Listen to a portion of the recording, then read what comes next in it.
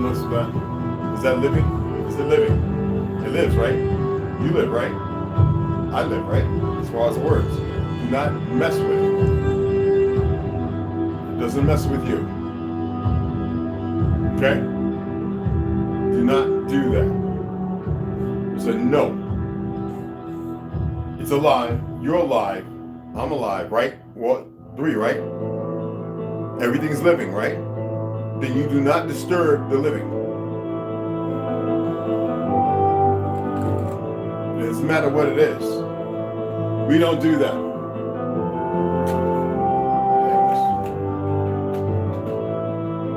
We do not do that. All right? That aggravates me. And you, that is not in you. I don't care about what's in your DNA. I don't care what's in your memories. That's broken like many of my people. Doesn't mean it's there, you do something. You don't do that. Not in my presence.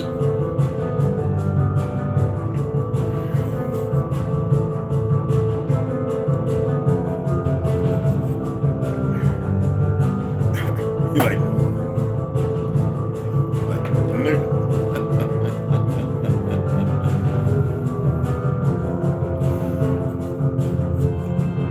sit there, you can look at it all day. Do not mess with it.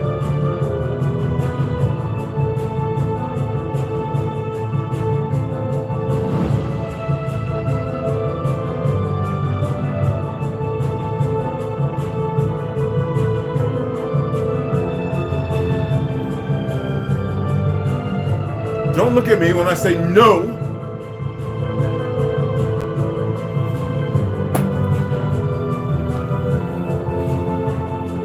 What does it mean when I say no? What does it mean when I say no? It means no. Okay? No. No. No. No. Thank you.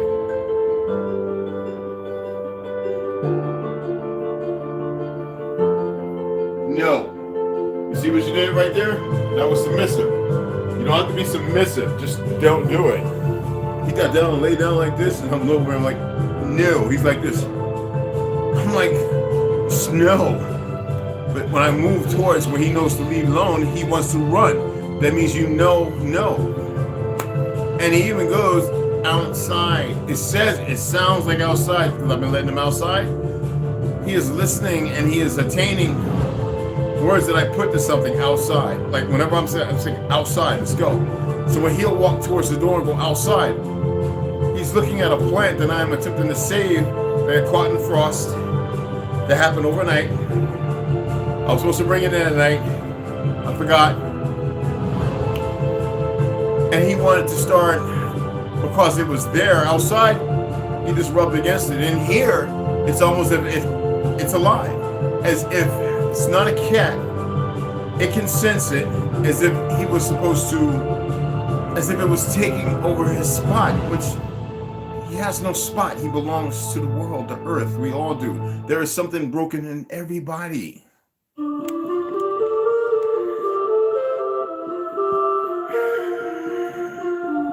Why do I have to have those deep feelings like that? I don't.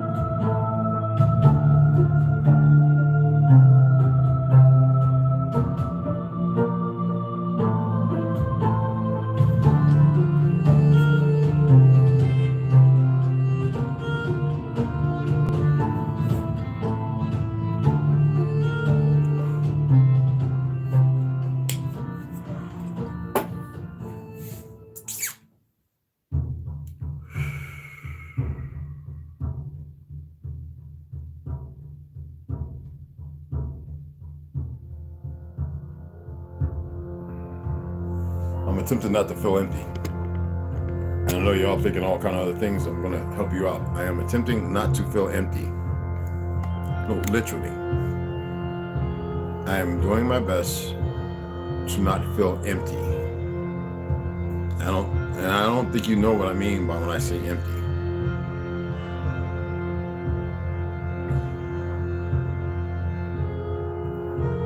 Not alone, lonely, and none of that. So cross that off from your mind. That's like that's stupid.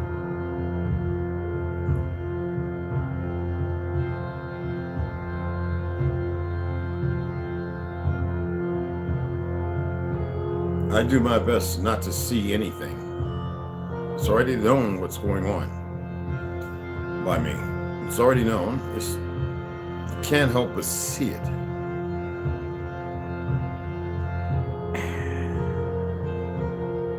And when it's nothing there, are you supposed to make something there?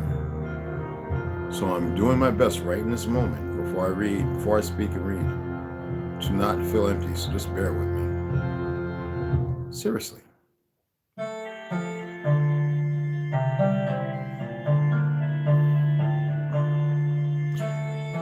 Sometimes when that feeling of emptiness comes over and it's not something that it's not natural. And then in the state that I am in, it is natural because it's me overriding the nonsense. But in order to do that, I have to discount everything. I have to remove all that is obstructive. And I can do it pretty quickly now. Yet, it plays a major part on the physiology. Seriously, y'all.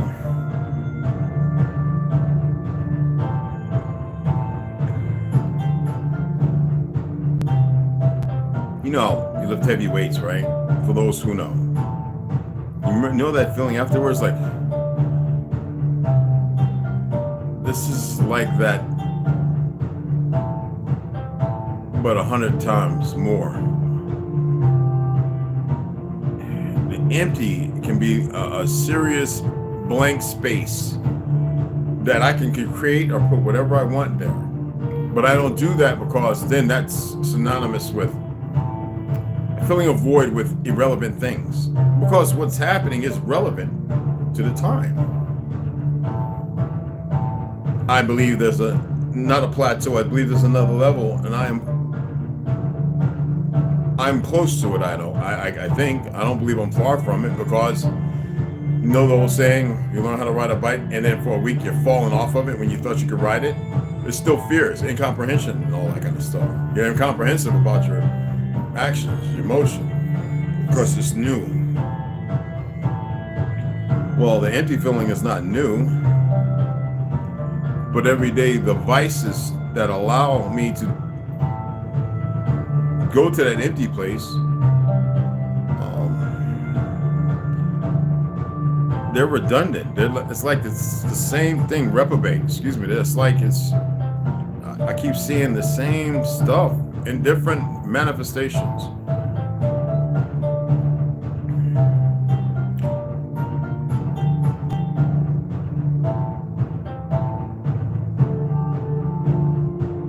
Do you always call everything stupid? I don't believe that's polite, or it's the reality. I think it's a way to avoid it. Like saying you're dumb is a way to avoid a person and push them away. When nowadays people are sickly, mentally and spiritually, and they're whole. And so they will lash out. And if you say it and just think you're going to turn your back and walk away from a person as if that's going to mean something, no, you're probably going to earn a whole lot of pain or have to give a whole lot of pain. So though I use those words, believe me, they have no efficacy. There's no reality to me, no efficacy at all, none whatsoever. As I said, you're going to grow. Look, man, growth doesn't stop. And it doesn't matter if I go live or not, or when I'm by myself, if I'm around people. There are people who are around me sometimes, they'll look at me and they'll know I'm somewhere else. I'm right there. I'm aware. but I'm somewhere else, and I need to be.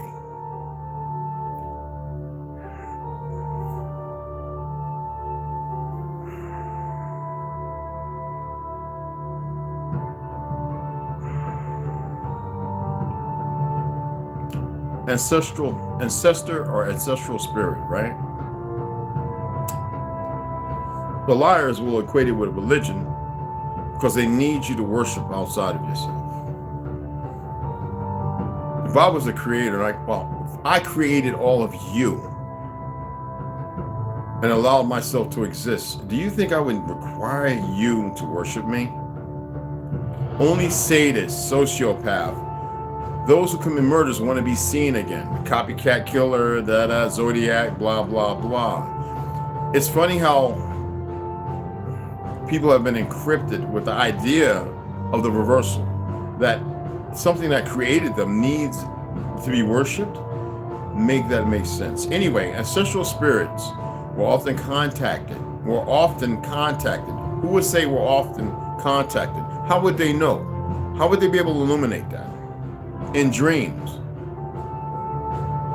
and in the trances of spirit mediums. So shamans have become spirit mediums. Shamans were never spirit mediums. Oracles weren't either. Supposedly, they were to tell you the things that come, things that were going on with you, or things that would happen, right? As were the high gods. We've already broke down the word gods. I don't want to implicate any more to that. If you believe that is something higher than you, then you're a fool. That means you don't believe you have 33 vertebrae, that they're like ladders, that this is the universe. The clavicle is the Christ area where the fluids run. It's not male and female, but that makes up your nucleic or your DNA structure. The fact that you have chakras, you have several events that reach one, and that you can illuminate so much, but you have cut off from it. Why do you think decapitation happened in its beginning? Trauma.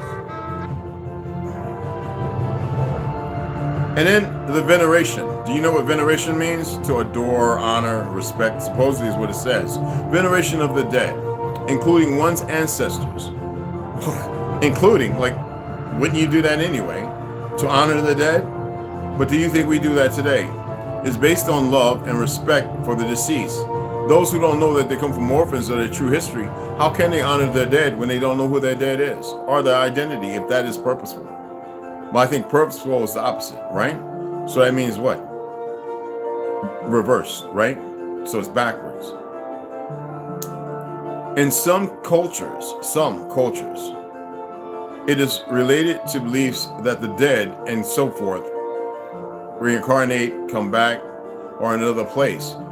Who would illuminate in some cultures? Those who need people divided, right? That's why I say, look at what you're reading.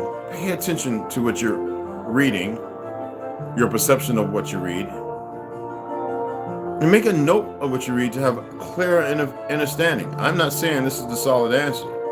This is what I'm allowed to see. The Tartarian Empire architecture, right? We've already illuminated what conspiracy and theory is, right?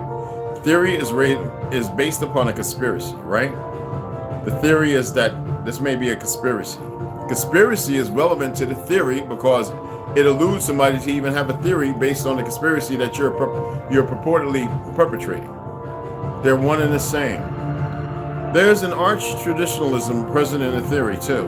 The pre-modern buildings that were venerate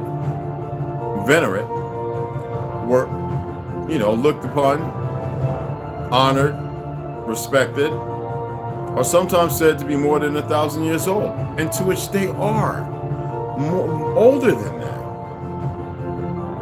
The energy weapons is well known. They wouldn't make such statements. Melted cities and destroyed the civilizations, Egypt, Greece, and Rome, which were approximately of the same time period. Tartaria, there was no Greece, Egypt, and Rome. Those are all layman's terms created by the enemy for more subversion into diversion. Tartaria was an empire of earth. Do y'all get it?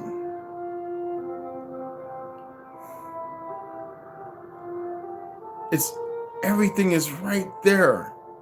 It's all there. Who was the top enemy put in position or place? How many names would be needed?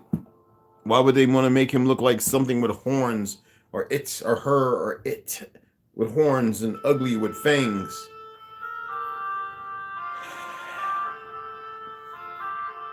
Why would it not be beautiful and subtle and capable of all the things you once wore, to put itself in a position that it's removed everyone else from, to be glorified and and seen and spoken highly of, and select its puppets to offer little incentives? Everything is pretty simple, people. And if you are kept far from believing what you truly are, and you allow it to be what you're supposed to be, maybe it's a good thing. Because now with so many broken, this is why I chose the empty space. And it's still there, people. Now I'm fighting to talk. I'll just say some things with it there, and it's hard. Because if you were to be able to do what you're supposed to be able to do, maybe you would be a million times worse. Any of y'all ever thought about that?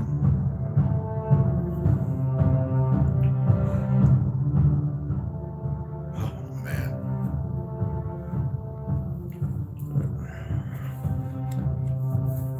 Trust me, this is not confusion. No such thing is even here. It doesn't even reside here. Far from it. Confliction? Conflagration? Depends on how you look at it. Based upon what?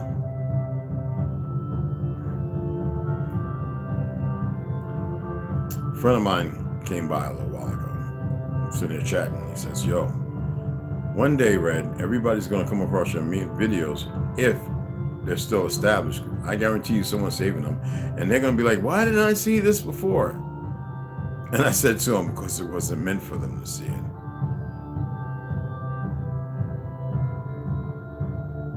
Or they'll all be destroyed. I'm not saying everything, trust me.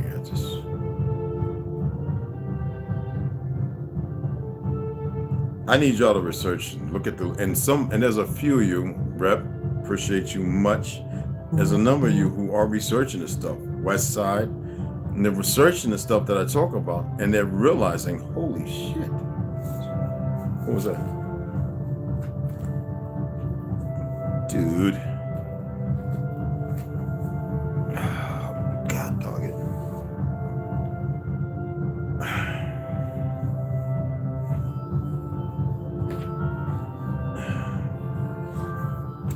I'm gonna read this here. What did I put?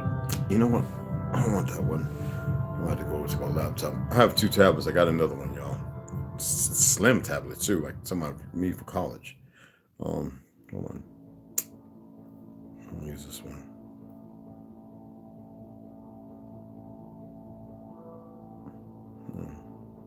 No. No, I DuckDuckGo and a few others I'm not gonna mention on here is my no shit. Why would they even put that up there? Chinese. Must be going through my stuff. Pretty stupid.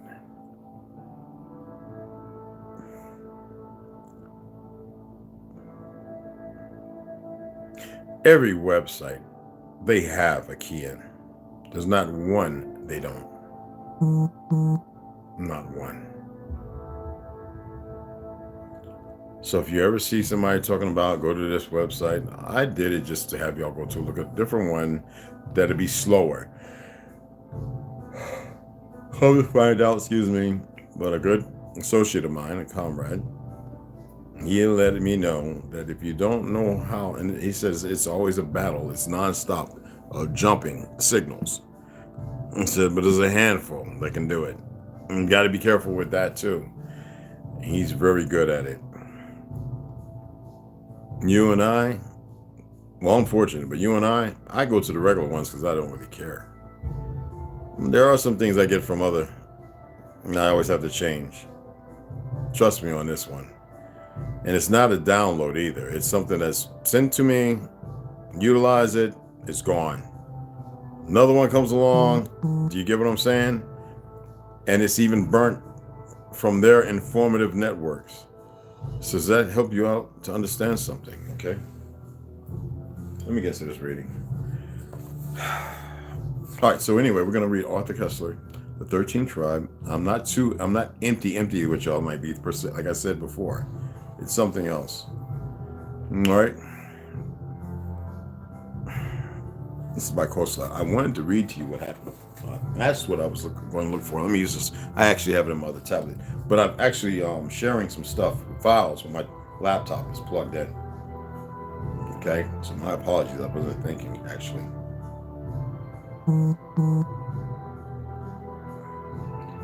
Did I spell his name wrong? Oh, I should know it. No, it's right. Why is it not pulling it up? Okay, anyway.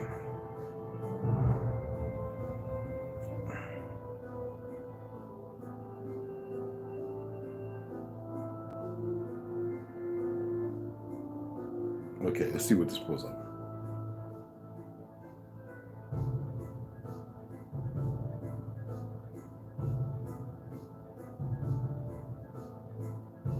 That's what I want to find. Now, let's pull that up.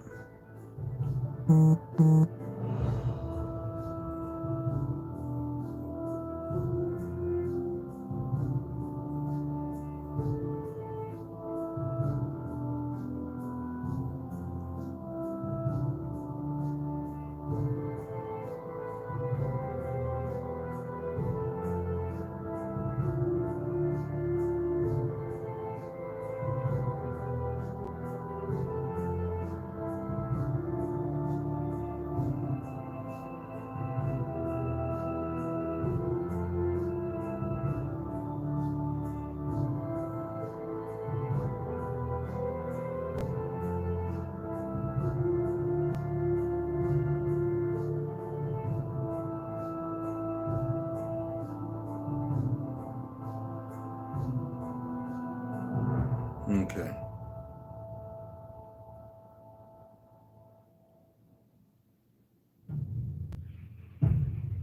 Oh, wow. Okay.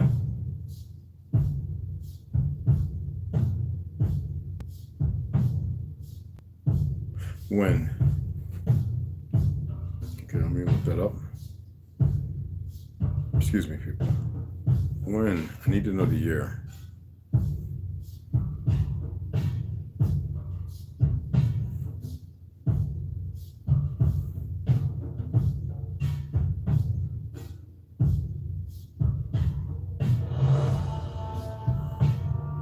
Okay.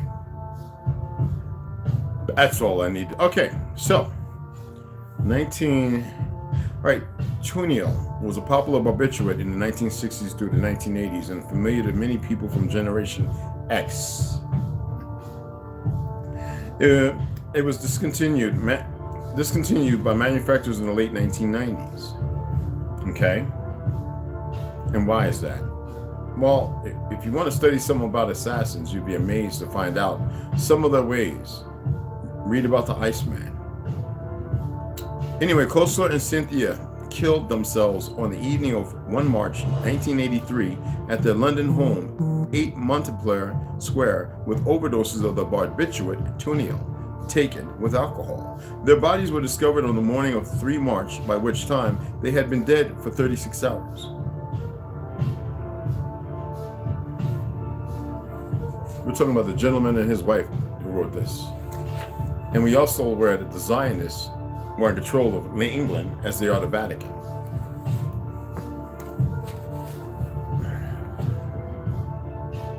And why don't y'all take a picture of a certain woman in her cohorts of the Theosophical Society and study a little more about the Rothschilds. I am not giving all just, I'm giving you components to something bigger. Not no big words and all that fancy dancy smancy nonsense. What did I speak upon earlier?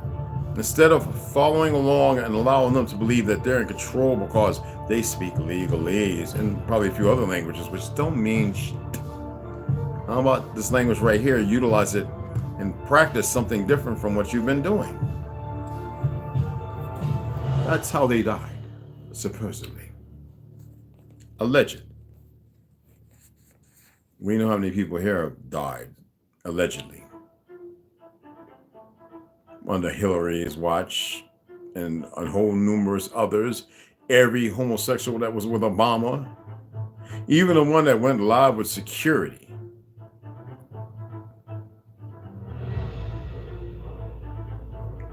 At a podium on a stage. And certain people in Hawaii. Not that I give two rats behinds, but I'm just saying. People. Anyway. Last we left off until the 9th century, the Khazars had no rivals to their supremacy in the regions north of the Black Sea. Okay? And it ended when we were taking a bird's eye view of the history of the great nomadic empires of the East. The Khazar kingdom occupies an intermediary position in time, size, and degree of civilization between the Hun and Navarre empires, which preceded the Mongol Empire that succeeded it. Hun. Attila the Hun. Another Negro. A big Negro, too. But who are the remarkable people? Who are the remarkable people? Remarkable as much by their power and achievement as by their conversion to a religion of outcasts. The descriptions that have come down to us originate in hostile sources. The only reason because they wanted to stop the fact and reality of those people, actually the chosen people, the real chosen people, would arise and would change all of this. And they really believed by doing what they did, they would stop that. But they also knew that they would have to have other plans, and that's major weapons of old. If you think the weapons that are out there now are new, okay. Anywho, the descriptions that have come down to us originate in hostile sources and cannot be taken as face value. As to the Khazars, an Arab chronicler writes, they are to the north of the inhabited earth towards the 7th climate, which is climate, having over their heads the constellation of the Plough. Let's look at that word. This is now, I'm feeling it was something I like to do. Because I was about to shut this down. No, it's not about numbers. I could be two of you here and I'd be great. Trust me. People that miss out, they miss out. I don't care. I don't care about people that miss out. I don't. It's not the kind of care. Care is, we believe care means I care about you. I use that too because I believe it's important. It doesn't have, that is not what it means, people. Look it up. And then for all you brainiacs, debate me on it if that's what you feel you want to do because of your emotions and feelings, especially you men with those little feminine ways. Debate me on it if you need to, instead of actually looking into it. Did I spell that right? Well, yeah. Oh, you, right? Oh. I missed something. Hold on, I gotta respond to somebody right quick, all right? Because I'm gonna turn that thing off. Okay, it means, check this out, a large farming implement with one or more blades fixed in a frame, drawn by a tractor. Hey, no, it's not a plow, dude. Hold on. Why would it do that? Turn up the earth. Okay, here we go. Plough, P-L-O-U-G-H. Turn up the earth, in parentheses it states, an area of land with a plow, especially before sowing. Uncle Vic plowed his garden. That means what? To till? Before the sow? Now let me let somebody else know something. Excuse me. Oh yeah, right here. Maybe you'll come in.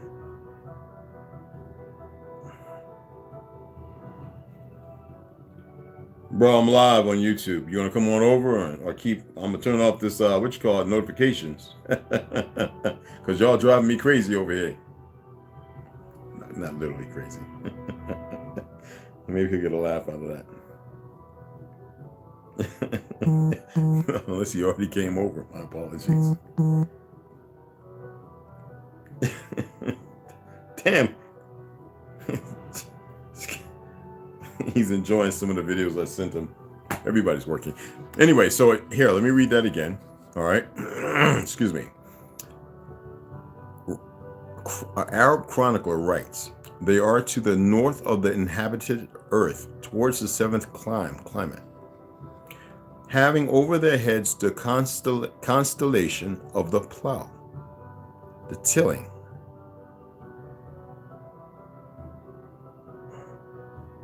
Their land is cold and wet. What were they tilling? You get what I'm saying? What were they tilling to sow? The constellation over their head and the climate to which the land was wet. They were plotting, planning. Accordingly, their complexions are white, their eyes blue, their hair flowing and predominantly reddish, their bodies large and their natures cold. Their general aspect is wild. And you see that in their the admiration of the nonsense and the follies. You've seen it in the way they gather, awaiting the next, the bloodlust so settling. After a century of warfare, the Arab writer obviously had no great sympathy for the Khazars, nor the Georgian or Armenian scribes. Not Georgian. We know who the original Georgians were. They were the Abkhazarians. Khazar is a stolen identity by the Ashkenaz. Armenian scribes, whose countries of a much older culture had been repeatedly devastated by Khazar horsemen. Did you hear that?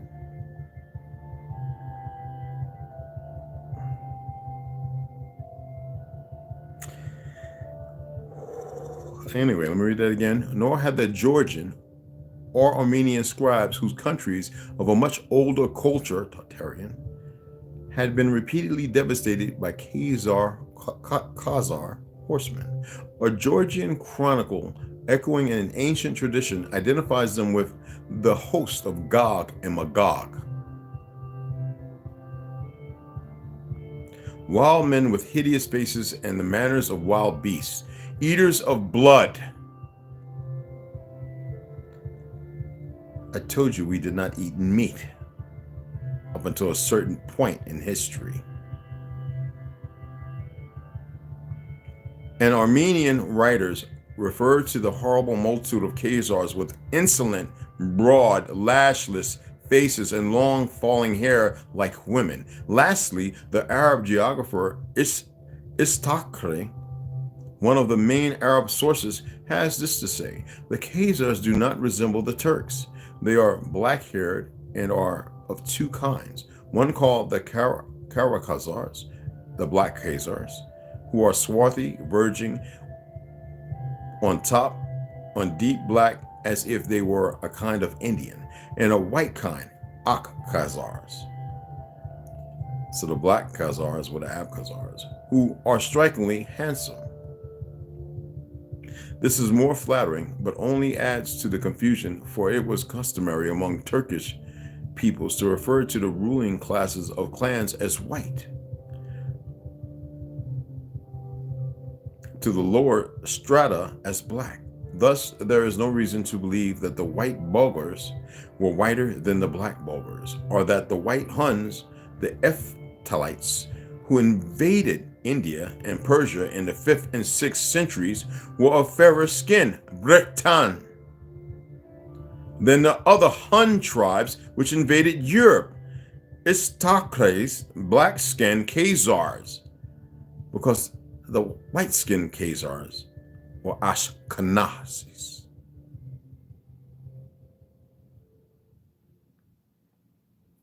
As much else in his and his colleagues' writings were based on hearsay and legend, and we are none the wiser regarding the Khazars' physical appearance or their ethnic origins. Didn't I express to you to read about World War I? And where did all the Abkhazarians go?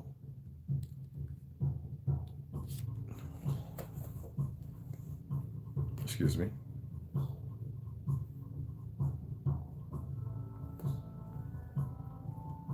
Live on YouTube. I'm not going to turn off these notifications, but please, love you too.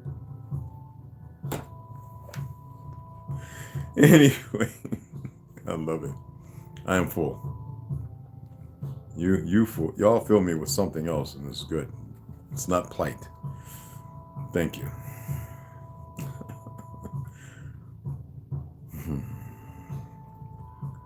All right. Anyway, hearsay and legend, and we are none the wiser regarding the Khazars' physical appearance of their ethnic origins.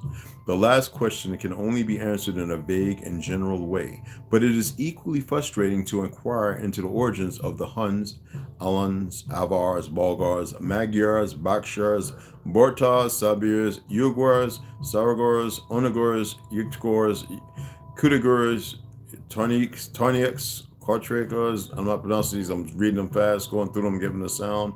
Kabars, Zabandars, these are Tartarians of old. Pichins, Goz, Kumans, Chipaks, and these are tribes. Of other tribes are people who at one time or another in the lifetime of the Khazar kingdom passed through the turnstiles of those migratory playgrounds.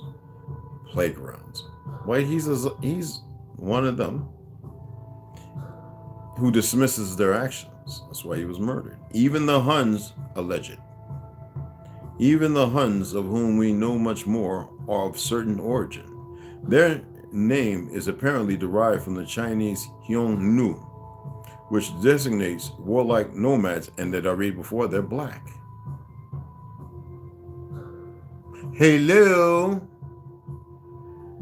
Warlike nomads in general, while other nations applied the name Hun in a similarly indiscriminate way to nomadic hordes. Didn't they do that with our identity? With all these flagrant fake pale skins? Of all kinds, including the white Huns mentioned above, the Sabris, Magyars, and Khazars.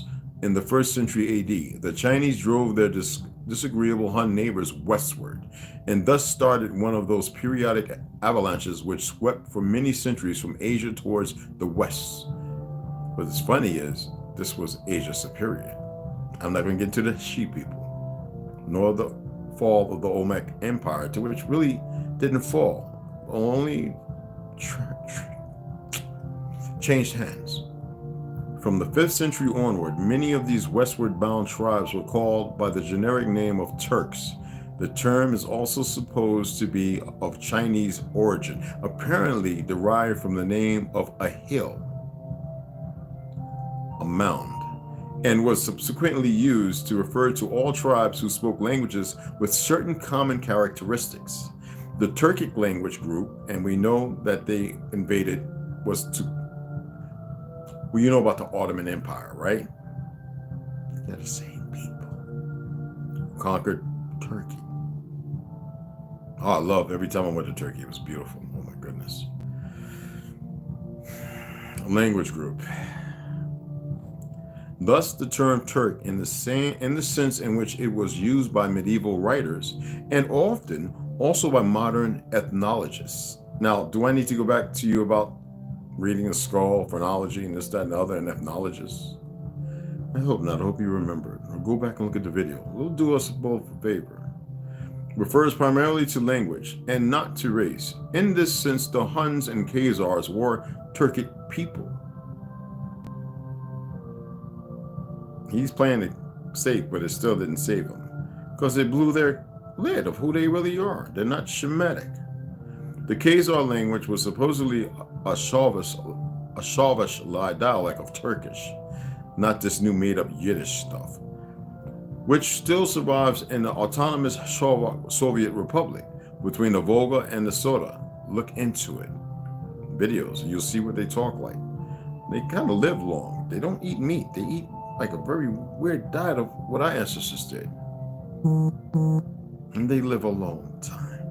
Just like certain Japanese who don't partake while they eat certain fish, but no animal muscle, flesh.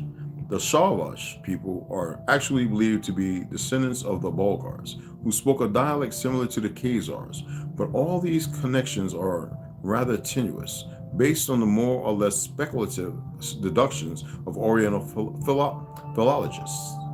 All we can say with safety is that the Khazars were a Turkic tribe who erupted from the Asian steppes, probably in the 5th century of our era. Not 11th, 5th. And they were dark. And there were some Pell, just like here. We had our tribes who were Pell, but not these fools you see. They killed them and subjugated them right beside us. As in the Punch Bowl, it is well known that there were Pell skins that were put in there with them. That you won't hear none of these pan fry or new Aboriginal don't know how to name themselves. It is keep compiling the same. It makes me nauseous. Bandwagon layer mentality without true efforts and research, and then they want to call themselves all kind of great. I'm the scientist of the stupidity. Yeah, I said that word that time. Oh, frack. The origin of the name Khazar and the modern derivatives to which it gave rise has also been the subject of much ingenious speculation. Most likely the word is derived from the Turkish root gaz, to wander, and simply means nomad, to which the Abkhazarians were when they were visited upon by these very people. Written down in historic terms, I've seen it. Of greater interest to the non-specialists are some alleged modern derivatives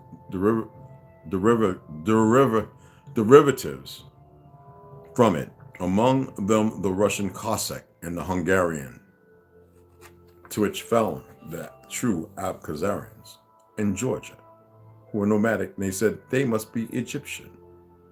Remember I talked about the Sand Devils, the Wall, the Great Wall, Alexander the Great and his cousin who betrayed him, Hannibal, for the wand of his missing love, a pale skin, who was feared to have been leprosy, but the fact that they were bloodletters.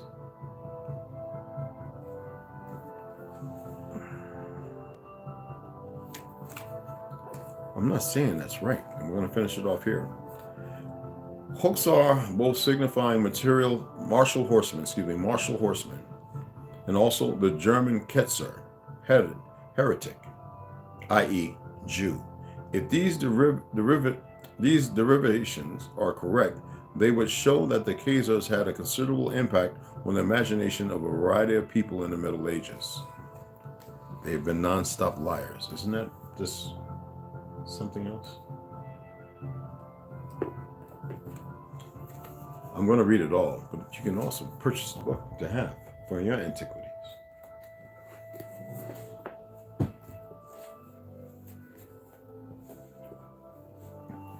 The Book of Giants. But first we do Enoch. We're about finished. Chapter 94. And where we finished off before was, or is there anyone who could discern the length of the heaven and how great its height, and upon what it is founded, and how great is the number of the stars, and where all the luminaries rest? Rest means what? To be what? Static. The height of the heavens. That means this one has one, maybe many others. Heaven is where? And what is it in? Heaven on earth. Why is it that we're not enjoying that? Chapter 94. And now I say unto you, my sons, love righteousness and walk therein. That means love is an order. It's a natural order. has no perversions. It doesn't wane. It is not fractured, nor is it irrelevant. It is misused because of the perversions, and no one truly understands it. And when spoken, those who profess it will argue that has nothing to do with love. For the paths of righteousness are worthy of acceptation, but the paths of unrighteousness shall suddenly be destroyed and vanish. Does suddenly mean admonished right away, or does it mean within order's time, to which you and I have no say-so? It is not for us to worry. We're supposed to stand still, people. Doesn't mean not move. Stand still doesn't mean not in time. It means to remain in love. It doesn't mean nothing about turning cheeks and all that other foolishness. It means not having a hateful, vindictive heart. It means whatever happens in the latter part of things, it is not for you to worry if your love is true.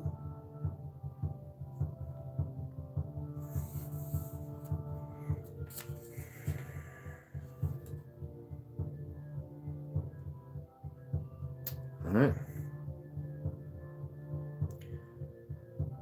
For the paths of righteousness are worthy of acceptation, but the paths of unrighteousness shall suddenly be destroyed and vanish. And to certain men of a generation shall the paths of violence and of death be revealed. Do you not see it? And yet no one can even speak appropriately on it. It's what do you say, conflagration when something, anyway, it's hard to, right? When you don't want to be responsible for giving it energy, right? But you have to call a spade a spade. Does it mean that you have to go, "Ah, ah, ah"? No, I act. There's a difference. I know what I'm doing. But most people don't.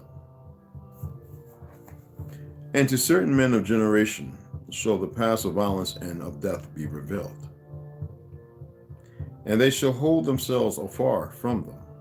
That means you do not make parlay or party with it. That's like me talking to someone who's going through an issue, and they stay in the vestige of all that hate and admonishment as if it's normal. They make themselves void of the reality of a truth that exists, and they incorporate and apply the false narrative of truth. And so they've convicted themselves. They have made a conviction to be convicted of that which has no normalcy, no order, and it becomes the norm. That's why we need these idiots, these people, to continue to do what they do.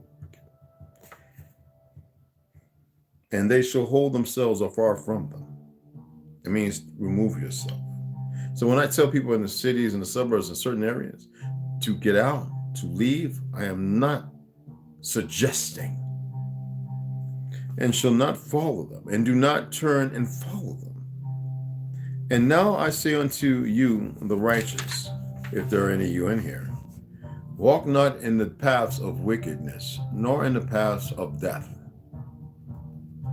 If you think death is you dying, being incinerated, that is dumb. No. And draw not nigh to them, lest ye be destroyed. When I tell you, man, that fire, that's the simplest. That is the simple way excuse. Like, please, burn me forever if I'm that jacked. No. But seek and choose for yourselves righteousness and an elect life. Remember, I'm always saying the choice is yours.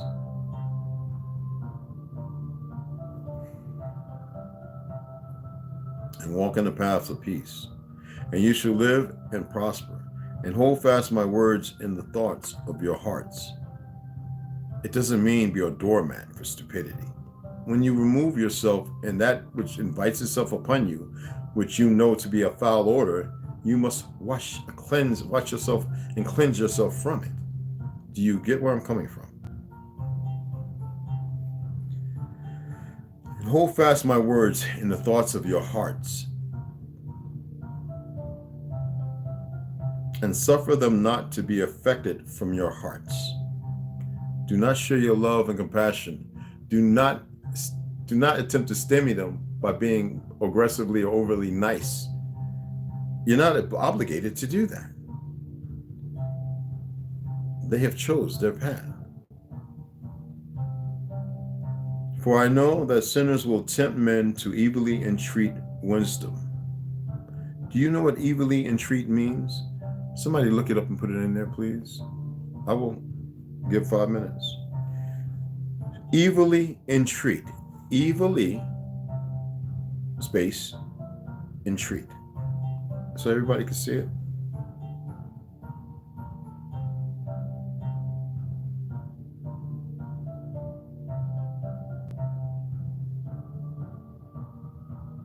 Take your time. I'm thirsty anyway. A different drink.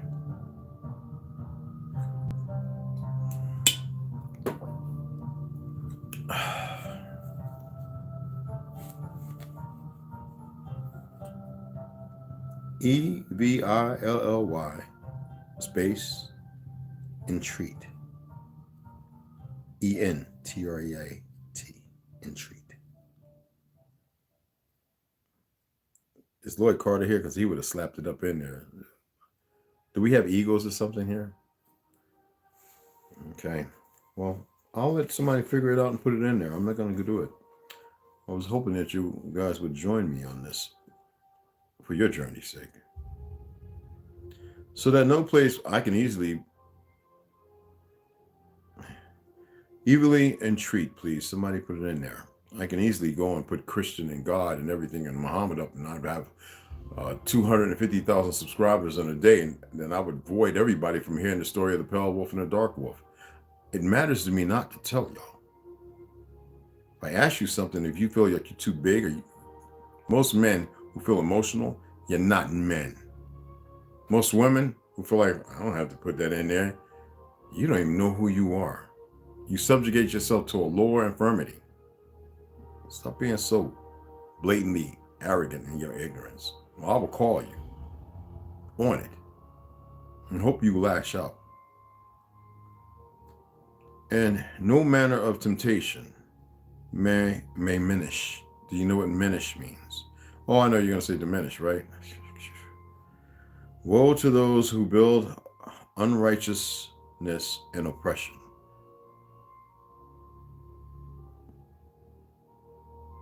And how could righteousness oppress the wicked, speaking the truth? Before anybody thinks in layman's term, because a lot of y'all have that religious ideology about you that's just, you're self-oppressing. And lay deceit as a foundation. Did anybody look up evilly entreat? Can anybody type in a simple meaning? Pathetic. For they shall be suddenly overthrown, and they shall, are we bandwagon liz, every one of y'all following each other? I'm not saying raise your friggin' hand. I asked somebody, anybody, to put it in there. Weak. And they shall have no peace, and I call it how it is. Woe to those who build their houses with sin. Far from all their foundations shall they be overthrown. And by the sword shall they fall. Do you know what the sword literally means? Oh, I know. Y'all gonna say the tongue. It is more than just words. It's a frequency. It's an energy. It's something that's all around you right now. The enemy's using a negative one. That's why I share that, to show you. Yours is different if you tap into it. And those who acquire gold and silver and judgment suddenly shall perish. That's why I laugh at everybody talking about, oh, the stock market, they're not printing dollars. Bank of America, blah, blah, blah. That bank is not of America, you imbeciles. That's to those who believe that. They'll come and watch later. Gold and silver means nothing. They have made you believe it means something. We were under the barter system not until too long ago, which still exists because you don't know who you are, and they have all their knuckleheads in positions. You don't know no better. You and I can perform under the barter system. Do you know that when you donate that money and I purchase books, do you know that's the barter system? Something worthless for something gained. Am I making sense? Am I making sense? Did anybody look up that word?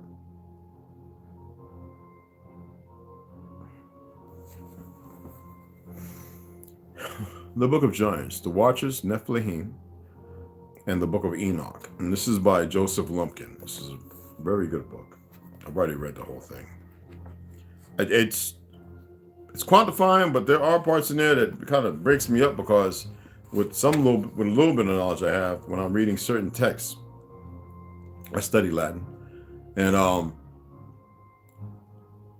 Evelyn Smith is a morally bad or unpleasant way, if I heard correctly. Now look it up with entreat. Put entreat. Put a space dash and ENTREAT. Evilly entreat. And check it out. That was beautiful.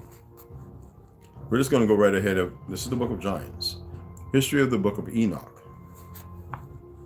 The Book of Enoch was, excuse me guys, dandelion tea is like coffee. But Manuka honey, it makes gas in me. I don't know why.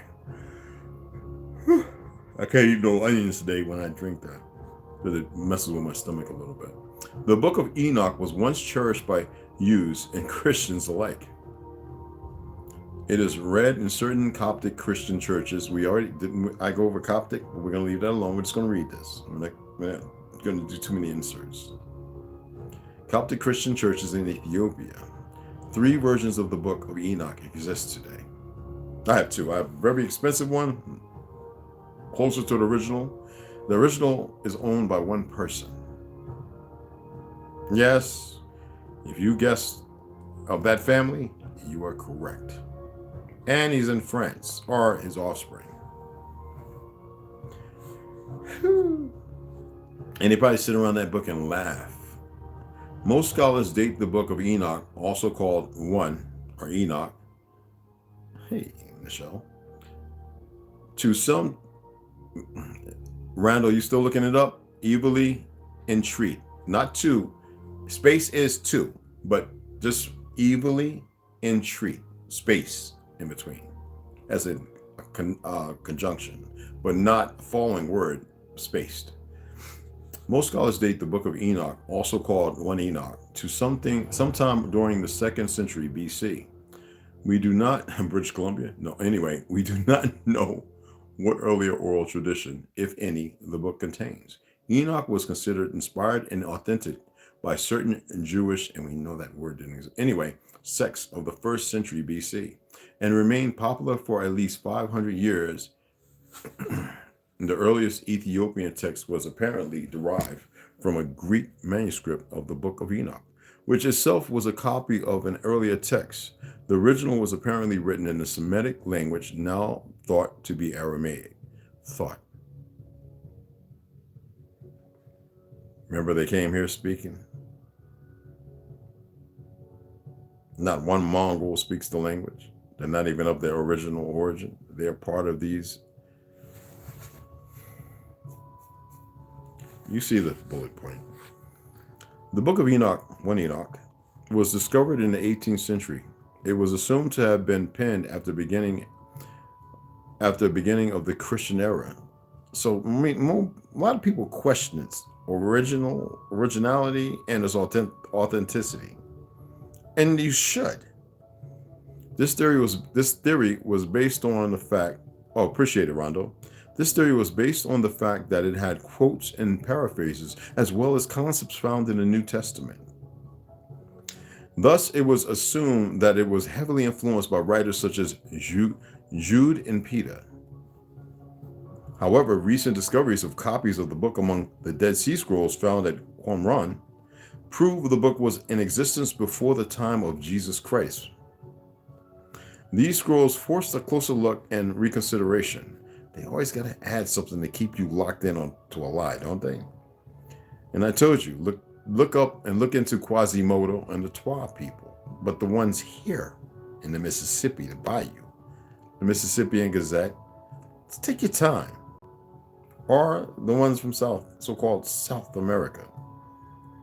These scrolls forced a closer look and reconsideration. It became obvious that the New Testament did not influence the Book of Enoch.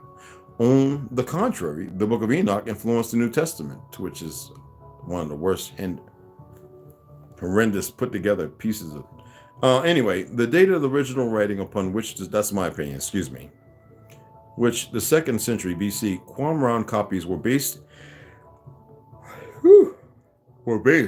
is shrouded, where we're based is shrouded in obscurity. Likewise, lost are the sources of the oral traditions that came to be the Book of Enoch. Slowly, over the past 60 years, we have unraveled some of the mystery. It has been largely the opinion of historians that the book does not really contain the authentic words of the ancient Enoch, since he would have lived several thousand years earlier than the first known appearance of the book attributed to him. However, the 1st century Christians accepted the Book of Enoch as inspired, if not authentic.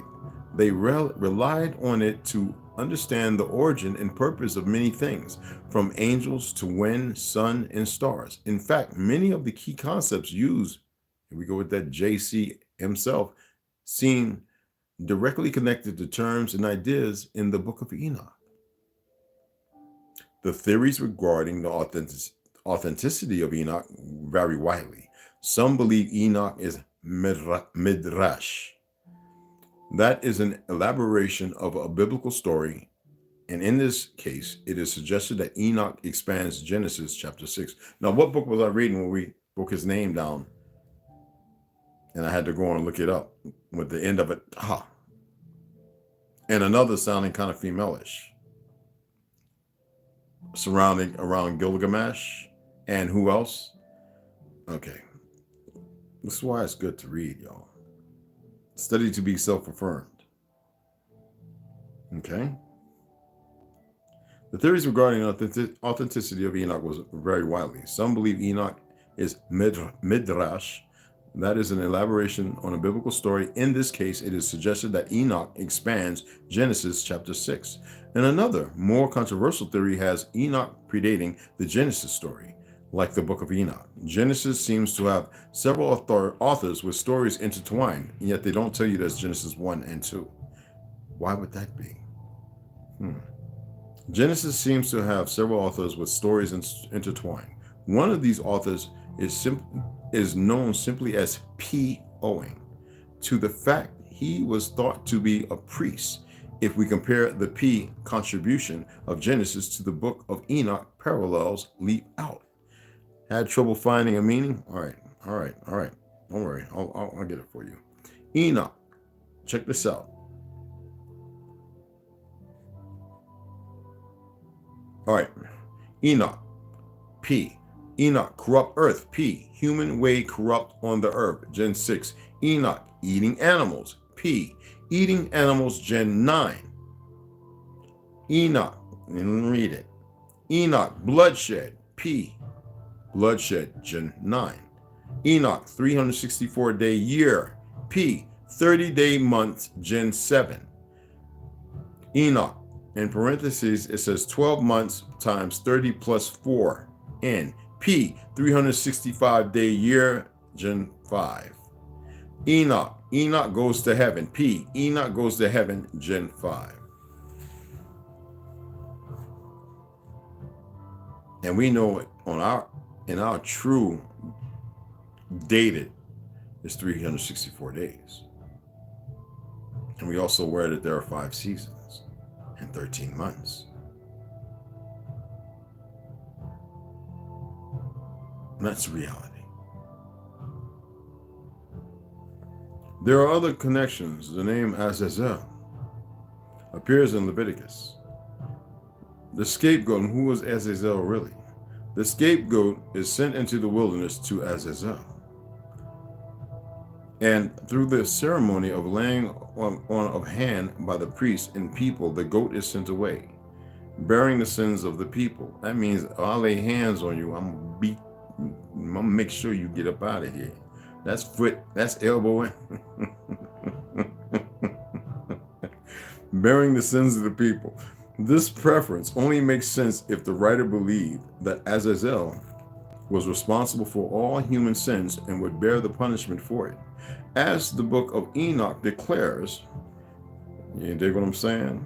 And now in Genesis, it is Cain that bears sins into the wilderness. However, we will see that there are connections between the fallen angels and the descendant of Cain.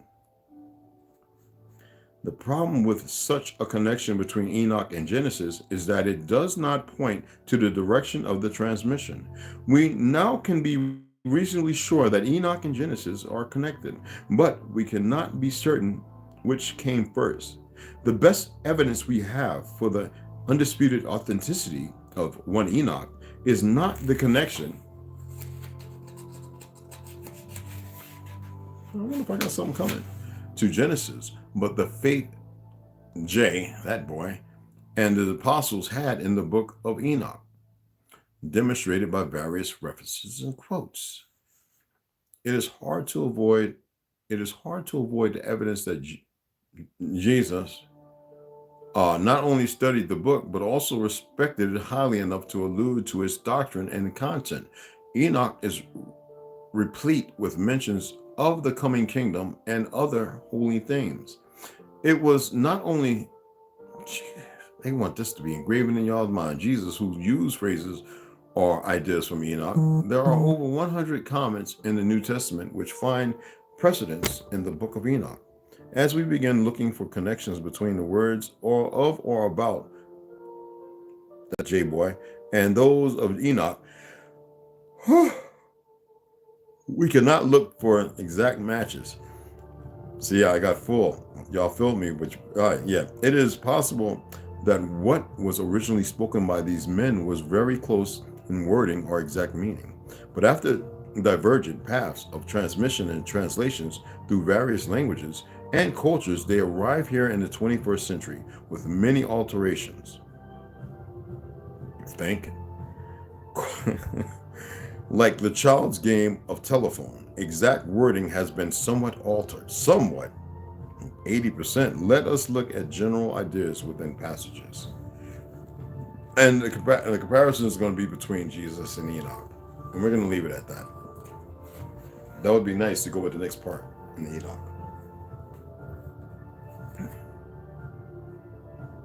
You know what's up, right? You know what's up, y'all. Janine Helene, her little self, over in South Africa, she is. Heaven bearers. The Great Reset of 1834 in the mud flood. Let me get a little sip of this little tea here.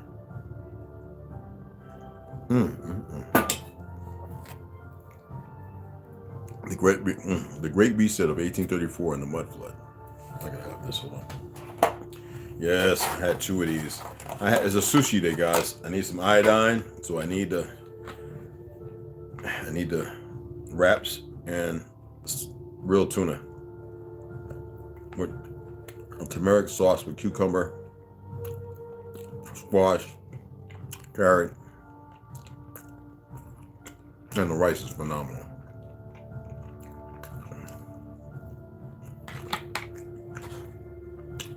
And it's Korean made. Hot though.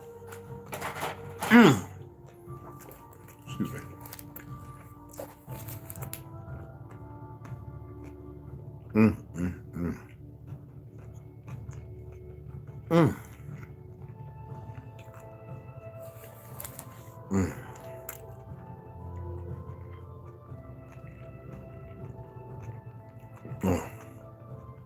Spicy. Spicy tuna roll. Oh.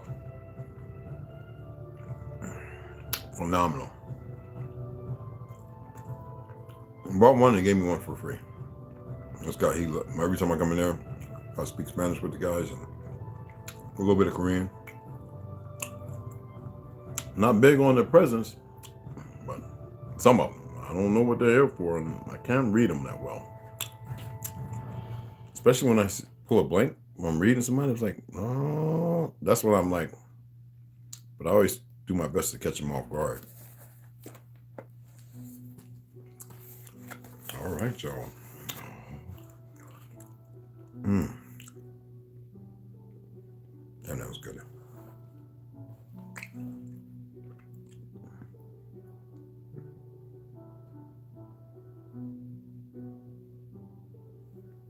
I'm back. I had to sit right on. We're at the very bottom of this.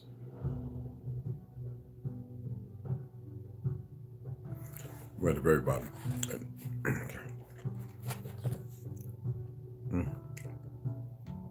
What, toothpicks? Let's brush my teeth. Anyway. All right, here we go. Heaven and Bearers, the Great Reset of 1834 in the Mud Flood, Janine Helen. Everyone lost someone. Yesterday, we finished off with she sits quietly at the table and watches him leave. She knows what happened to him, who he lost, and assumes he was talking to his deceased wife, Magda. Remember that part? All right, let's pick up from there. Everyone lost someone they loved. Everyone lost someone they loved during the mud flood. How many Tartarians survived at all was a miracle in itself. She was only a small girl, but she remembers seeing some of the damage. Now, you remember, we are there too. Remember early on, about near the halfway mark of the book, where she's talking about all the different colored Tartarians, okay? So that's why I say it's important to put away some of the foolishness, people. She was only a small girl, but she remembers seeing some of the damage.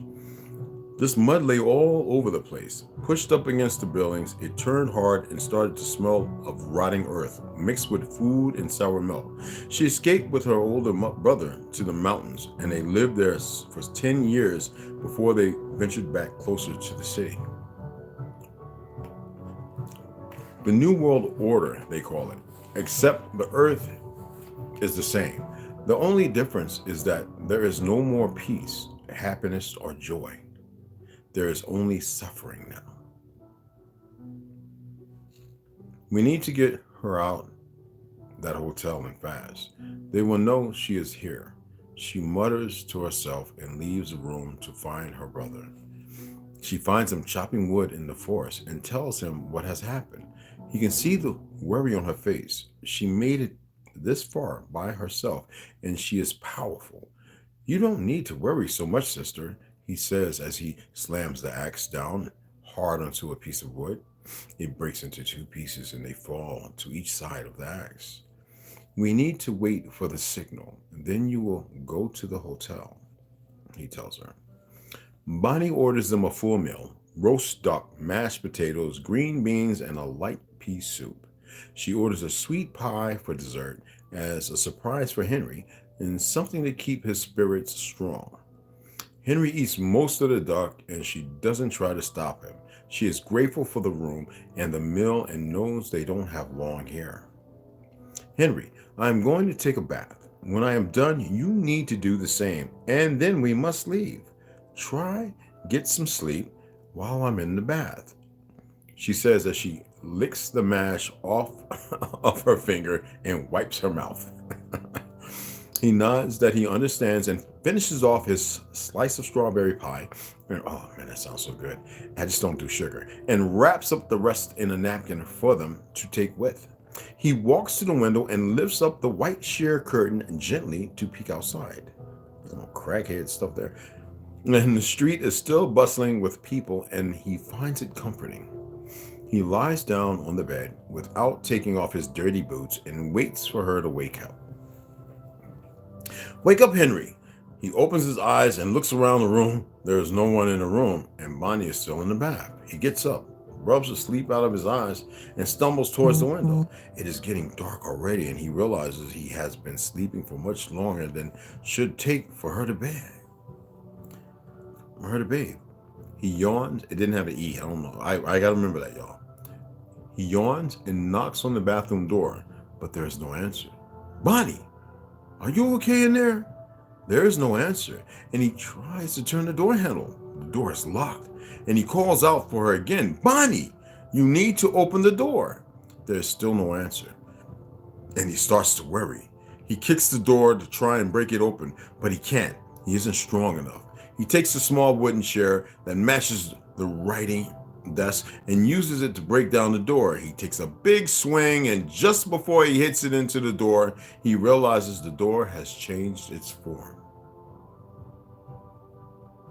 It is no longer the wooden hotel door, but it is 10 centimeters thick, gray metal door with no door handle and an oddly placed keyhole. The only way to open it is from the inside. He starts to panic. He knows he needs to go get to her. She is in trouble, but he can't get through the door.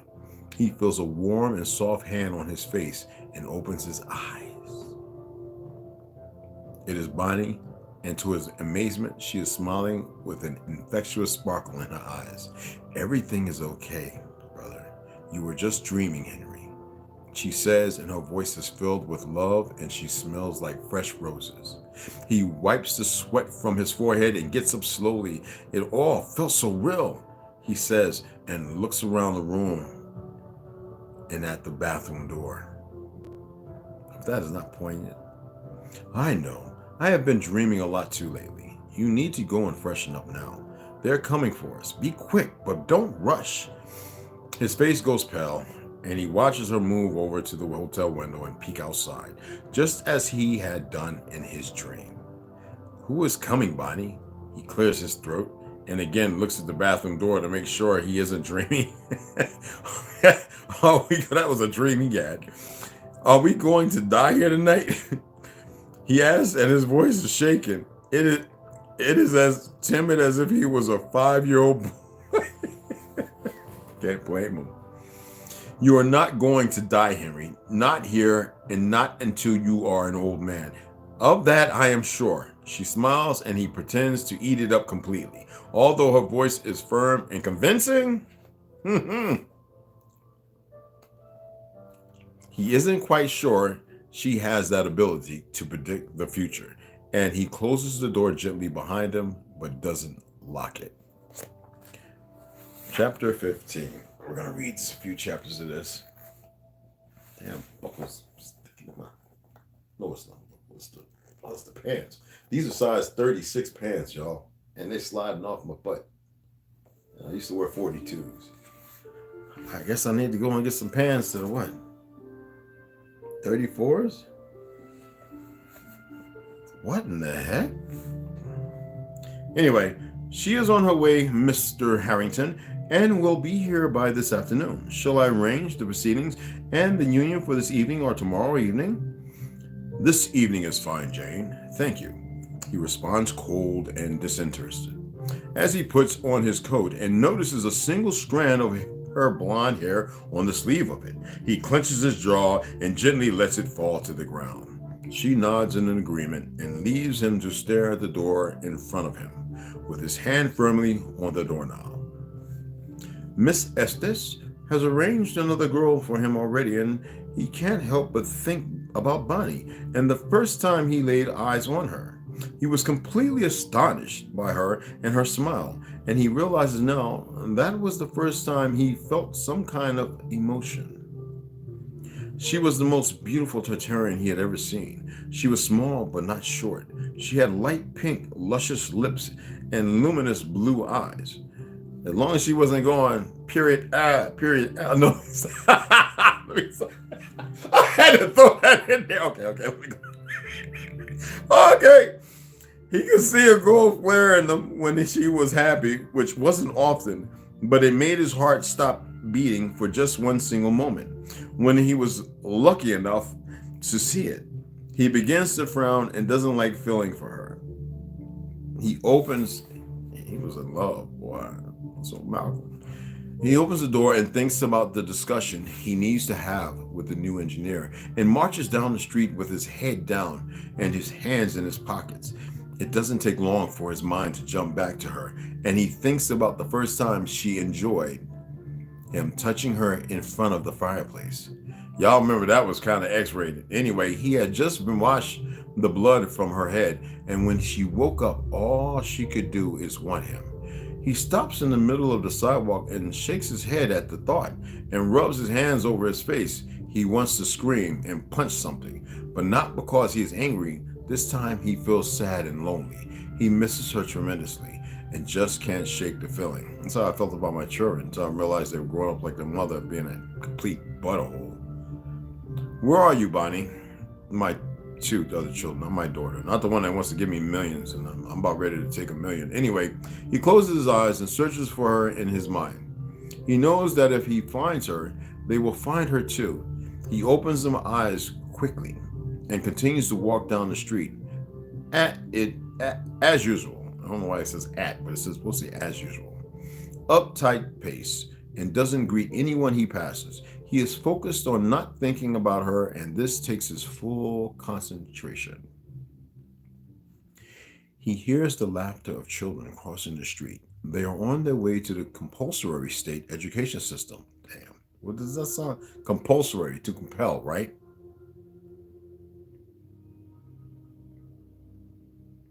Rockefeller's ugly, wicked looking ass. He doesn't feel guilty for, and all the rest of them, if you've seen their pictures. Whew. He doesn't feel guilty for any of them, and they mean nothing to him. They are necessary for them, the heaven bearers, to achieve their goal. And he mutters as if he needs to convince them of something, and he again shakes his head and realizes what he is saying. If they achieve their goals, this earth will be destroyed. Completely, too, just like all the others before.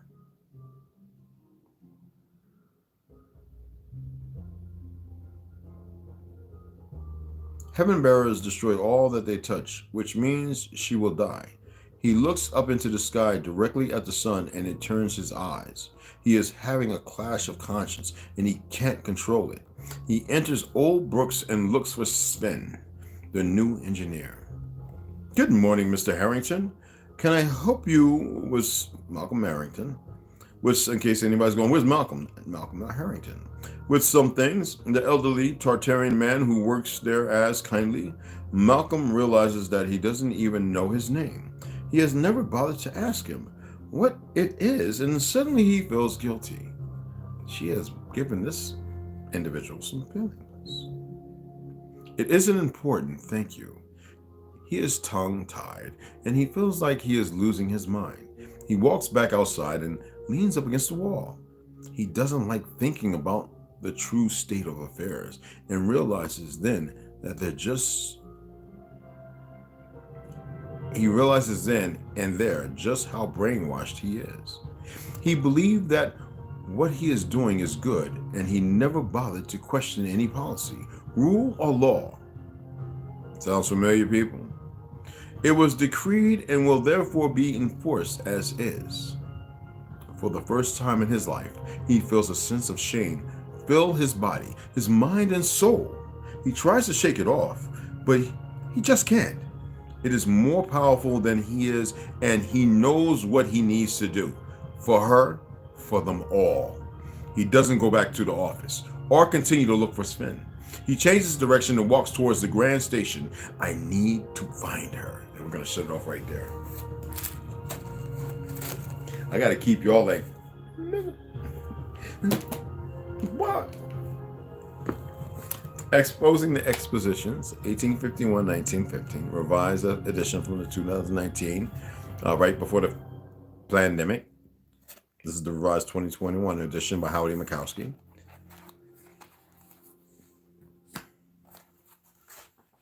Hold on.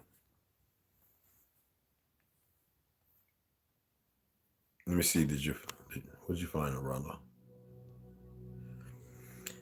Let's see what I can pull up, brother.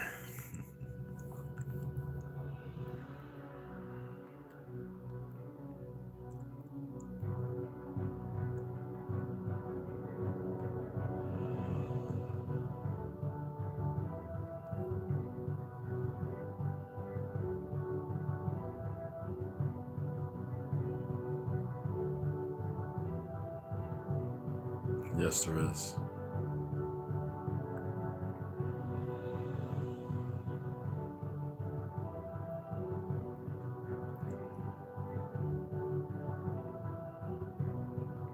I don't know why you couldn't find it, brother.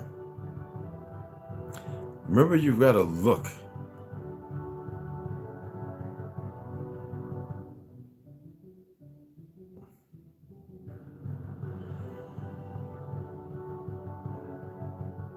Evilly, first of all, we all know is morally bad or very unpleasant. To diminish, to give not what needs to be given. Something that takes away. That is evil. But evilly untreated is an act. So evilly untreated means not to what? So in reading what we're reading, what is it conveying? That's why I say it's important to look these things up. Because words, the way they've been played, you would just say, man, that's some evil shit. You know what I'm saying? Or, man, why you treating them bad like that? Well, if you want to have litigary with some of these individuals, then you want to be able to poise your words that may mean something to them while they don't laugh at you, even though we know that the game they're playing, it literally doesn't mean, it shouldn't mean nothing to you. This is how you turn something back around. Evilly untreated is what all of us have been through. I just wanted to do that because I said it was pretty simple. Josh, this thing is powerful. So is this. So is this. So is all of this. It is powerful. And all that is around you. Not this, not that. That right there is to grab your focus. Have you attentive. That's why the gun would be sitting there. I did it with a purpose. I'm being honest. Chapter 5. From Nashville to St. Louis. Howdy Mikowski. Purchased a very good read. You will notice punctuation problems and this and that, but we're not grammar. I don't like the word Nazis. I like the word Nazi actually. Well, I'm not a grammar police. This is the Tennessee exhibition again with lakes, beautiful buildings, and pantheons front and center, and what appears to be the remains of a star fortress. Remember I was talking about that? They're all over. What do you think? Statue of Liberty, my ass. What do you think that symbol is upon a star fort? They didn't build nothing. And all right, a fortress in the front of the depiction, a public domain image. They didn't build the Statue of Liberty. They weren't capable of building that back then. They were too busy bringing people over on a damn boat. Us teaching them how to maintain the roads, to which they were later on in the mid and late 1900s destroyed further. Even in Newark, growing up on those brick roads, they were brick, red clay iron oxide for a reason, energy. That's why we were strong and our people were living over 100 years.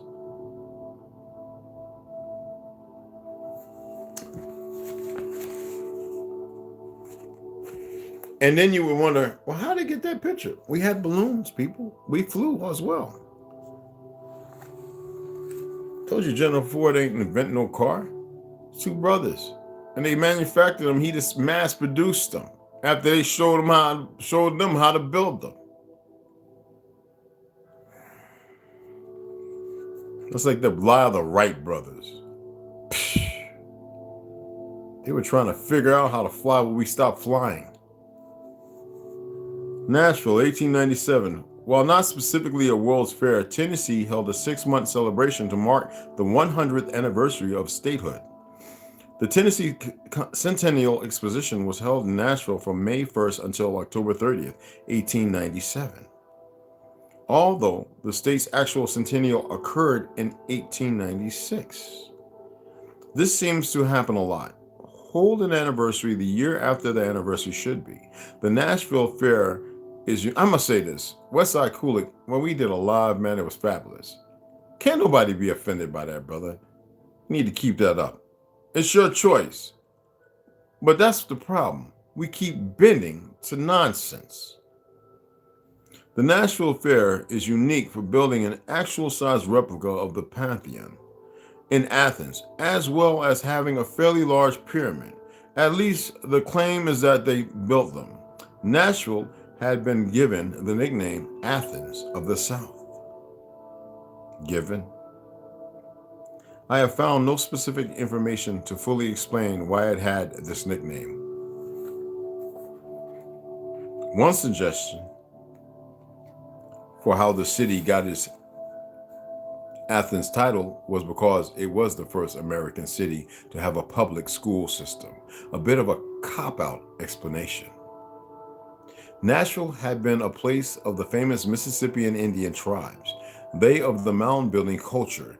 Many mounds, where half of my family's from, were supposed to have existed here, destroyed in order to build the city. Becoming the state capital in the 1840s, they began to build such things as the state capitol building, still in use, looking like, I just had to add that in, looking like a Greek iconic temple, It was claimed to be built by William Strickland of Philadelphia. And I can guarantee you that last name is Jewish because my godmother, who was in Ohio, the top judge, which call it, was Shirley Strickland. Yes, that's my aunt, godmother, long, I believe, retired, of Philadelphia, who is supposed to be buried within its walls. Something sounds very odd about that story immediately. Then there is the Fisk University. Wasn't somebody murdered? Manny P. Hall, a driver whose name was Fisk? Okay. Anyway, Fisk University building, supposedly built in 1866, and looks like it should be on a street corner on Prague. Or how about the column buildings of Belmont University? Also, perhaps the buildings claimed to be at the exposition. This is one of the great indicators to me as to why Nashville was given the name the Athens of the South. It was. There is much evidence that the southern USA prior to the modern narrative was covered with buildings that would fit right in with ancient Rome and Greece. We rivaled them. Bigger and better, trust me. Fisk might be the name sounds familiar. I think it was a different name when it comes to Manny P. Hall. I listen to him every day, actually, y'all. The exposition in Nashville presented the Commerce Building, which is in parentheses, this is the dimensions, 256 feet by 591 feet. That is big, y'all. And the Agriculture Building, in parentheses, here we go with the dimensions, well, the size, 200 feet by 525 feet. I guess you could say the ground space. The Children's Building also housed a model kindergarten, which met throughout the fair season and allowed fairgoers to see this relatively novel form of education. The Negro Building told the story of achievement under obstacles often seemingly impossible.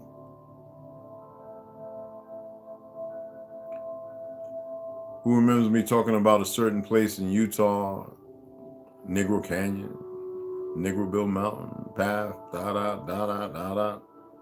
Oh. Under obstacles often seemingly impossible to overcome. The History Building was modeled on the Erectorion, another ancient Athenian temple, Memphis. In parentheses, it states, yes, the city that has the name of the Egyptian Old Kingdom capital. End. Built a pyramid as its exhibit, and the entire fairground seemed to have been surrounded by what looked to be the remains of a giant star fort. I'm going to close that one right there.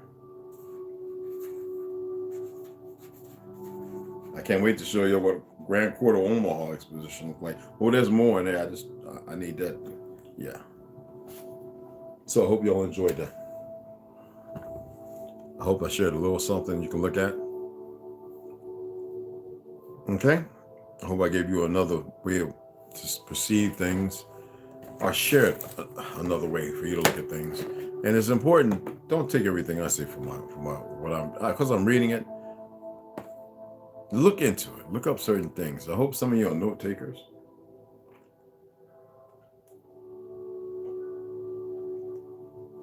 That's my filtered water in it. Put mineral in it, kind of expanded it.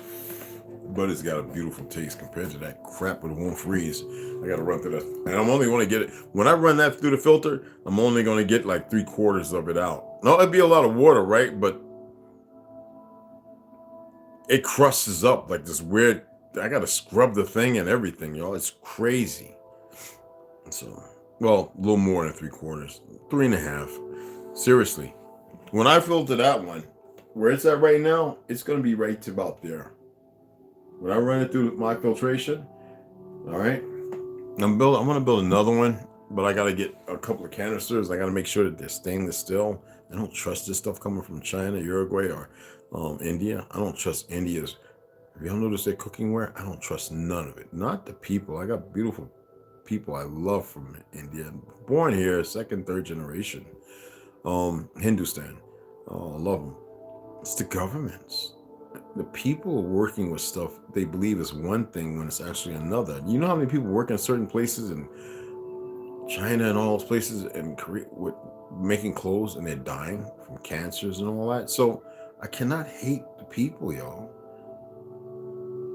And I hope y'all have within you to have love for them as well. It's because you didn't grow up in a certain group of people and you lament on what's being put out there because you are by squirrel, by what you see, it's only tangible. If you can't entrust in what I tell you, there are good people out there of all walks. The hate is everywhere. You have to illuminate. You have to learn how to breathe. Okay? You really do. Well, I'm gonna sign off. Hour and 40 minutes is I read quite a bit, and I hope and y'all filled me because I was pretty empty. I was feeling not empty, like I'm solid. I didn't feel like talking. I didn't feel like reading. It's not about lost hope or nothing. My skepticism, my speculatory narrative, and the fact that I see some of you, and I see you're still stuck and you don't have to be. And stop thinking you're going to figure me out. Just stop. Just stop.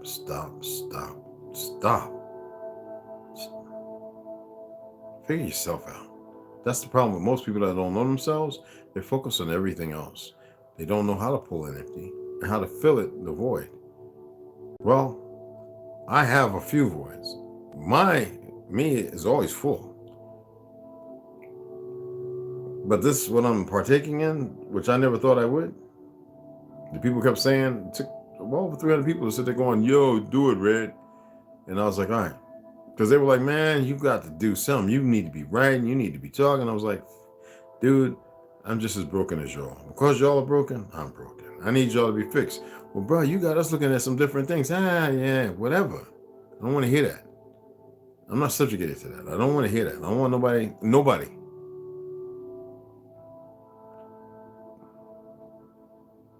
It's other people who don't know things, who think they know everything, can become envious. I'm not here for that. And I'm not here to diminish and decree them foolish in their endeavors. I'm not here to denounce. I want to see everybody, because when everybody come together, there's going to be a singularity. That's what they worry about, and that's what y'all keep missing. That singularity. Trust me. That right there, trust me. Anyway, I'm going to some shout outs. Let me get the heck up off here, okay? I want to go and get me another one of them damn, that sushi's is just fabulous, man, just beyond real. Oh, it's delicious. That's spicy tuna. Oh, and it's real tuna too, so don't worry. He's not using no farm-raised crap, because I'll go in the middle of his floor and pull my pants down and take a poop. Anyway, let me stop. Y'all know I wouldn't do that. Benji, Etta, what's going on? Equator 7. Like, bring Papito in here too, all right, Etta? All right. The Big Mama's all in the house. Bring Big Papa too. You can sit down and watch. The Chief Dog Bull. What's going on? Appreciate it. Hey, Lucius, I haven't seen you in a while, brother. West Side. What's going on, family? Yes. Daniel Ross. What's going on? Come on, stay win. Hey, what's going on? I love that. That's what's up, man. Hey, Michelle. That's Mama Red. The other Big Mama. The Big Mamas is in the house, y'all. Y'all respect the powerful. You dig what I'm saying? Because they empower you to do the right thing. And then you, with your great power, brothers, you protect them so they can keep giving you the power. Lamones, what's going on, fam? Herbo. All right. How are these people so successful in completely robbing us blind and taking the credit for everything? You need to stop worrying about that. We'll never get the true answer other than the truth is within us. It's because of who we are, brother. Yes, they took a whole lot of stuff. Yes, they did. Test tube babies. That sound like me. I used to walk around when I was in the military, and everybody wanted me drinking it. Marine, I'd be like, because we used to be. I'm sorry, some of y'all Marines. We were all boxers of the Navy. We was in from the streets, whether it be North, Bronx, Brooklyn, whatever, Chicago, whatever. It didn't matter. L.A. We were together. Arkansas, Tupelo, Mississippi. We had nothing but this powerhouses. And the Marine, them Peckerwoods, we'd be like, y'all test tube babies want to get smashed again? Y'all ain't made a Pyrex. That's all we were known for, was beating people up. And I got tired of it. Some of the time in Utah, it's a beautiful state, but that place is white. No, man, it's wicked. Half of the people there are there with bad intentions. You can still see some of the mudslide if you are driving around certain areas up high and hit up to 6,000, 7,000 feet. You can still see remnants of the mud flood. The roads, there's nothing up there making it. You can see it has nothing been done to change it. That's why they put them there, and so few people. Our people aren't there, so they can't see it and remember. I mean, there's it looks like sizes of houses like half mile long, and you see trajectory, and it's like mud, it's dirt. But under that, there's something. Because the roads were carved out, and you can see another road that existed. Listen, man, Utah is the way it is. And with the Mormons for purpose, and in the schools that 100 class students, you never hear nobody talking about getting no land there. Why? Trust me on that. Y'all better snap up. Hey, Keisha Thompson, what do?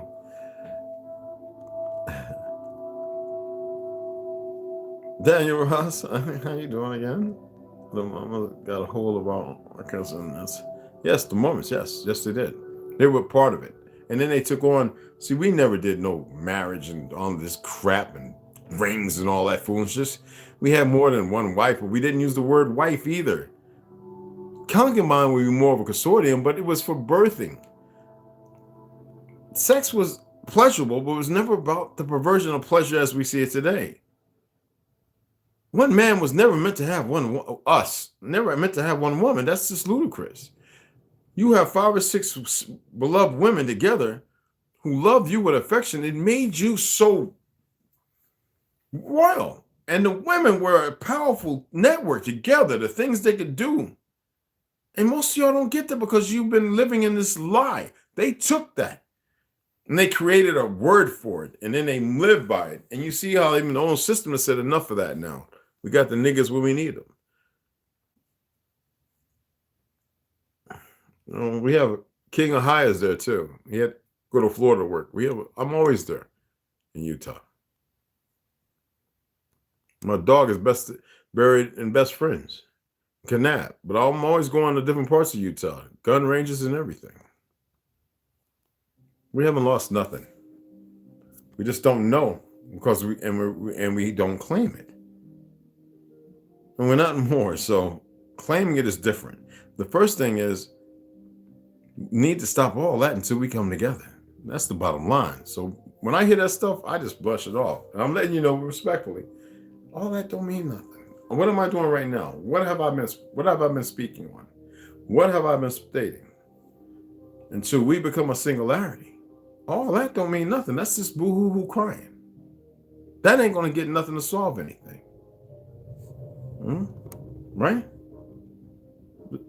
Sensible. We're not feminine. There's nothing feminine about us. Nor are we emotional. Women are emotional. What did I say yesterday? We are rational. There's a reason for that. The conflagration of these idiots. You see some of these dumb, blind goofies talking about the education system? Them the ones that would sit there and go in the closet and have sex with your little boy, and y'all in your ignorance going, yay, that's no. And yet they have the platform they built for their insidiousness. Now let's stay off of that topic, because this ain't YouTube, this ain't Facebook, this ain't Instagram. We're not going to do that here. I want y'all to move beyond that. That's what I require, and that's what I want. It's not because it's a selfish one, it's a need. Ladies and gentlemen, I'm going to get me some more damn sushi. I love y'all like a mug, but sushi is calling me like a mug. And I will be coming back on the read again because I'm going to break these down with DNA, book DNA of the Gods and the Wars of and the Anunnaki. So we can have a little more clarity. Because most people who have involved to get these books cannot compile the information and put together the puzzles. Which I hope they could, but you know, people get aside themselves and they have to go on whatever intrepid road of travel they have to go on. Okay? So I appreciate everybody coming in. Mad love and respect. And nobody's wrong. That's the beautiful thing. But sometimes we need a little push. And then some things, even though they're right, are not appropriate for the time. And then when we cross that vector, then that person or those individuals might say, well, that's unnecessary. That's all I'm saying. Remember I stated that man shot his friend in the head, didn't have to shoot his friend in the head, and the next day he's running and he's saying, why did I do that? Well, he was raised by a single mother, didn't know no real men, no grandpappies, cut off from that. Emotions overstirred by what? No rationale. So he's overstirred by complete emotions based upon what he had to go through with the women, instead of that man who could bring rationalism or rationale and stop. So we say things today, and tomorrow, a little nudge, we might look at it differently. We may. I don't know. All right? So I'm out. I love you all.